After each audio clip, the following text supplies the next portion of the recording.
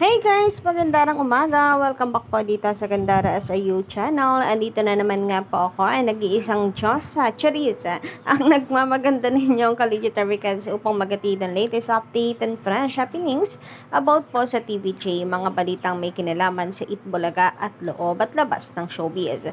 Kaya naman kung isa ka sa hindi pa po nakaka-subscribe dito sa aking channel, maari lamang na pindutin po ninyo ang subscribe button at notification bell na nandiyan sa baba para maging updated at una ka sa nilalabas nating balita. Ang mainit nga po nating update para po sa umagang ito ay pumapatungkol dito sa Showtime na kung saan nung nakaraan, 'di ba, natatandaan niyo po ba nung mag-guest si Janela Salvador sa Showtime, nagkaroon pa nga po yan ng issue. Yung kasama po kasi niya dito na si Win, yan napansin na ang daming host sa Showtime. So, hindi naman nabago sa atin to, no? Dito talaga sa Pilipinas, napakarami pong host. And ganun din naman sa Itbulaga, marami din pong host. So, hindi po natin sinacharge, ha? Take note ang Showtime for that. Kasi, maski naman po tayo. Kaya nga po, ang theme song ng TVJ, ang Barkada, ay dumarami. Anyway, nabanggit ko po ito sapagkat meron pong mga toxic na si Kim Chiu daw kasi feeling nila ay hindi pang host. Pang teleserye lang daw itong si Kim Chiu. So, bakit kaya nila nasabi? Si Kim Chiu napaka-energetic niyan. Siya nga ay ata yung tipong hindi nauubusan ng energy. Kuwela, and napakahusay pong mag-host for me. So, bakit si Kim Chiu pa talaga? Pag acting lang, hindi pwedeng mag-host, hindi pwedeng talented, magaling kumanta, sumayaw, host arte, pwede ba? Hindi ba pwedeng ganon ang kininlahat, Charil? Kung tutuusin na hindi ako fan ng Showtime, ha, pero dinedepensahan ko tong si Kim kasi napaka-talented niya. Hindi rin ako maka-ABS. GMA po ako before.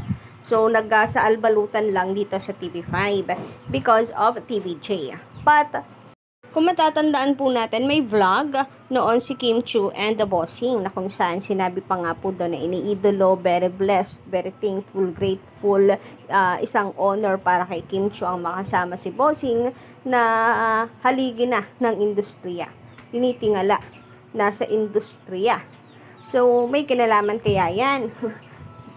Doon. Sana naman wala, Pero, sinasabi ko to because of nagustuhan, gusto ko yung ugali na yun ni Kim Chiu na kahit nasa Showtime siya, ganun yung pananaw po niya at paghanga niya kay Bossing hindi po nawawala. Kahit napakahigpit po talaga ng labanan ng Showtime at Itbulaga.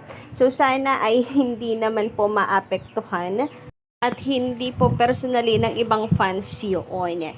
Kasi sabi ko nga, napaka-talented naman itong si Kim Chiu. Meron pa po ako nabasa na kung saan si Bong Navarro naman ay pinababalik na lang sa Itbulaga since ang humor daw po nito or yung mga mga hirit ba tawag doon ay pang Itbulaga lang daw. Grabe kung makalang. So basahin nga po natin itong mga opinion sa social media.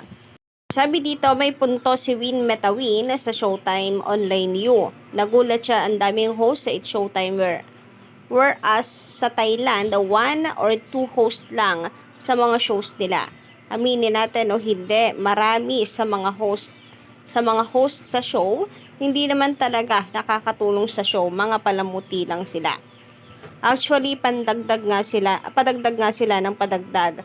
Kaka-regular lang ni Darren as host. Darren is okay para sa mga Gen Z, pero yung iba, parang na lang, quiet. At eto nga sabi dito, si Kim Chiu pang teleserye hosting, I don't think so. I agree. Noon ko pa yan sinasabi. True. Yung iba kasi parang pinapasahod lang. Pwede naman kasi yung iba na may schedule na lang pagpasok 3 times a week is okay. Lalo na sa mga underutilized host. Kung ayaw silang alisin, bawas TF pa. Para pwedeng gamitin sa show tulad ng pagbili ng new LED screen. Grabe, halata ang galos kapag pinofocus sa host yung camera. Sana nga may semi-regular sila. May MWF at TTH pag Sabado saka kumpleto, or may segment lang sila then uwi na after. Sa EB, nabanggit din pala dito ang Itbulaga, guys. Sa Itbulaga, may semi-regular host sila. TVJ plus the other senior host, daily sila. Yung bagong sale, may schedule. Para na rin silang government agencies. Kahit wala masyadong ginagawa, pinapasahod pa din. Totoo naman, kahit sa teleserye.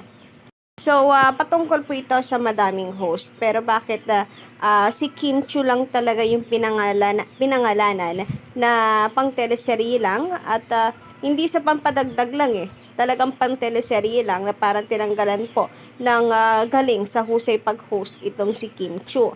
Marunong ka edi ikaw na ang magpasweldo. Silent na lang kapag wala namang ambag. Akla, wala kang pake.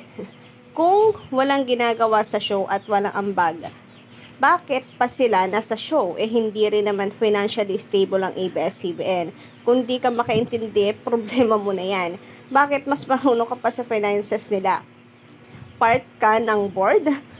May oversight ka? Manahimik ka nga, hampas lupa. O di ba? Parang nagtatalo-talo at nag-aaway pa po sila just because of that na maraming host sa Showtime. Tapos kapag may nawala naman na magraran sa social media, di ba? Anyway, sabi pa dito, sana si Wong Den bumalik na lang siya sa Itbulaga. Total, pang Itbulaga lang mga hirit niya. Grabe naman kung makalang sa Itbulaga. Anong tingin niyo sa Showtime pang international? Ganon. Kung makalang po kayo, kala mo basura ang Itbulaga. Grabe naman kayo. Anyway, si Wong kasi, naging parte din po kasi siya ng EB. So, alam nyo yun, bakit na ganun sila mag-comment? Parang si Kuya Ogie din, Alcacid, parang gusto rin nilang tanggalan sa Showtime. Ewan ko ba kung anong meron po sa kanila?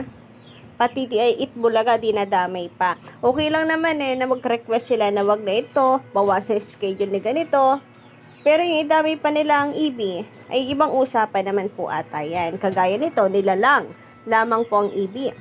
FYI lang, kung hindi po dahil sa Itbulaga, baka hindi rin nagtagal o magtatagal ang Showtime. Kasi, inspirasyon for sure nila ang EB kaya nagtagal. Kasi syempre, nagtagal ang EB, tapos katapat nila, kaya golden nila ito, Kadabay Cats. So, sana isipin po nila yon. Nawala na nga yan Nawala na nga yan sa ere tanda ko noon, parang binalik lang po yung Showtime na yan So, yun lang naman. Kung may nakikita kayong issue sa show ninyo, yun na lang. Wag nang idamay pa ang Itbulaga. Okay lang sana kung maganda ang inyong sinasabi. Pero kung ganitong nilalang nyo lang ang EB, ay talagang magre-react po kami. Kami minsan may reklamo din sa Itbulaga. Syempre, parte po yan bilang fan. Gusto mo na mas mapaganda at hindi mapag-iwanan yung paborito mong programa, di ba? Kasi talaga minsan bilang fan, ikaw po yung nasasaktan pag meron kang naririnig na hindi maganda sa idol mo. Kaya minsan, meron ka ring nire-request and pinupuna yung nakikita mong mali or dahilan kung bakit ganito, ganyan. Pero, wala po ako nakikitang mamaliit sa Showtime. Like, kanina umaga lang, meron ako nabasang comment dito sa akin channel na sabi, sana daw nga ang EB ay gumawa na ng pambatang segment. Ang Showtime ay meron na kasing, nakadalawa ng pambatang segment, pero ang TVJ wala pa rin sa ngayon. Nabanggit man ng Showtime, pero hindi namin minamaliit. Kaya, ba't ganon? Ba't ganon po kayo sa Itbulaga? Lagi nyong nilalang. Dito sa Showing Bulilit, yes, may similarities po dito sa Barangay Cinema. And hindi maiwasang isipin na ginaya po sa Itbulaga. Pero ang ending niyan is as long as parehas po na nagbibigay po ng saya, nakaka-entertain po ng mga viewers. Talagang nakakapag-init lang ng ulo kapag TVJ na naman ang sasabihan na manggagaya. Kaya inuunahan na namin na hindi po manggagaya ang TVJ. So, yun lang naman. Lagi kasi pong ang daming may nega na thoughts dito sa Itbulaga. Anyway, yun lang guys. Ano pong inyong masasabi patungkol po dito? Pa-comment lang po dyan sa baba. And hanggang dito lang muna ang ating update. Don't forget to click the subscribe button and the notification bell for more updates.